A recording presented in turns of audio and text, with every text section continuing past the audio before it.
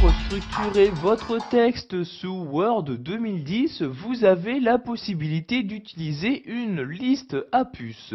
Nous allons donc ici voir comment insérer différents types de puces. Donc voyez actuellement donc j'ai inséré ici donc une petite liste, donc une liste des courses.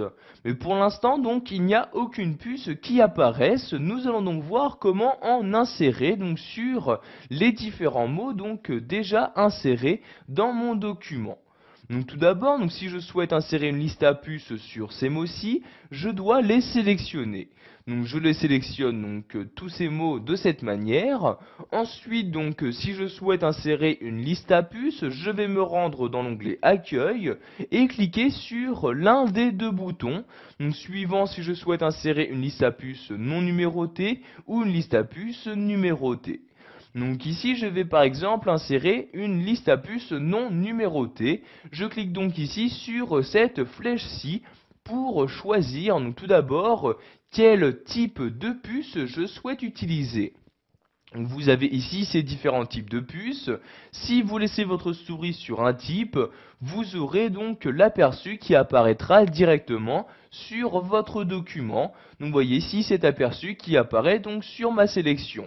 Donc je vais par exemple utiliser ce type de puce, je clique donc ici et voyez donc la liste à puces est maintenant insérée.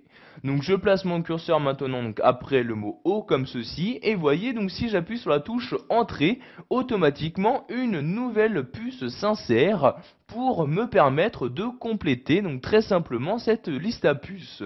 Donc ici je vais ajouter un élément, donc par exemple le 20, je rappuie sur la touche Entrée et de nouveau donc une nouvelle puce s'insère. Donc si maintenant vous souhaitez saisir un nouveau texte mais cette fois-ci en dehors de cette liste à puces, vous allez rappuyer encore une fois sur la touche Entrée. Donc vous voyez j'appuie sur la touche Entrée. Donc maintenant mon curseur apparaît bien après la liste à puces, mais il est bien en dehors. En effet, il n'y a plus de puce qui va s'insérer donc en même temps que je vais saisir mon texte. Donc nous allons maintenant insérer une nouvelle liste à puces, donc je refais de nouveau un retour à la ligne, et nous allons par exemple insérer une liste à puces où nous allons dire ce que nous souhaitons faire, donc ce qu'il y a à faire. Donc je vais mettre ici à faire, 2 points, un retour à la ligne.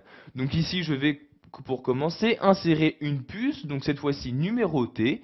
Donc je me rends donc en haut, je clique sur la flèche et je choisis donc le type de puce numérotée à insérer.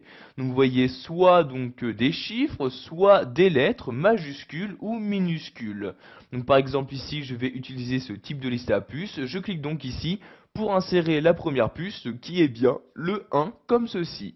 Donc une fois ma puce insérée, je peux saisir donc la donnée. Donc par exemple ici, donc ranger ma chambre comme ceci. Si maintenant j'appuie sur la touche Entrée, donc vous voyez j'appuie sur la touche Entrée, vous pouvez voir que sur la ligne suivante apparaît une seconde puce, donc cette fois-ci le numéro 2. Et je vais par exemple ici mettre par exemple faire mes devoirs comme ceci. Si je rappuie sur la touche Entrée, vous pouvez voir qu'il y a maintenant le numéro 3 d'insérer.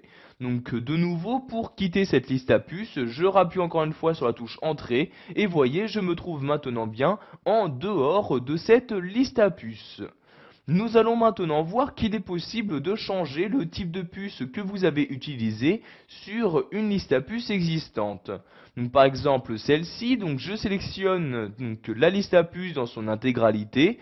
Pour changer le type de puce, je reclique ici sur la flèche et je sélectionne donc un nouveau type. Donc par exemple ici donc ce rond là, je clique et comme vous pouvez le voir, la modification a automatiquement été apportée. Pour finir, nous allons voir qu'il est possible d'insérer une liste à puces à l'intérieur d'une autre. Donc par exemple ici, vous voyez, j'ai inséré donc dans la liste à puces le vin, mais si je souhaite préciser donc que je souhaite acheter donc du vin rouge, blanc, etc., je vais insérer donc une autre liste à puces.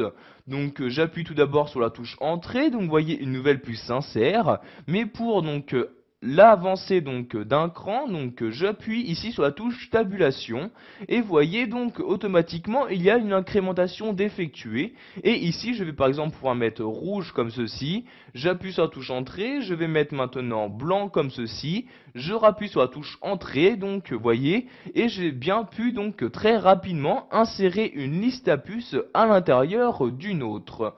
Donc maintenant pour quitter cette seconde liste à puces, j'appuie sur la touche entrée et voyez je retourne maintenant à la première et je peux de nouveau insérer d'autres éléments. Donc par exemple ici des haricots comme ceci, donc j'écris haricots, donc j'appuie sur la touche entrée et voyez je peux continuer ici ma première liste à puces. Donc pensez bien à appuyer sur la touche tabulation donc pour incrémenter donc une nouvelle liste à puces. Voilà, vous savez maintenant que pour structurer votre texte sous Word 2010, vous devez utiliser des puces numérotées ou non.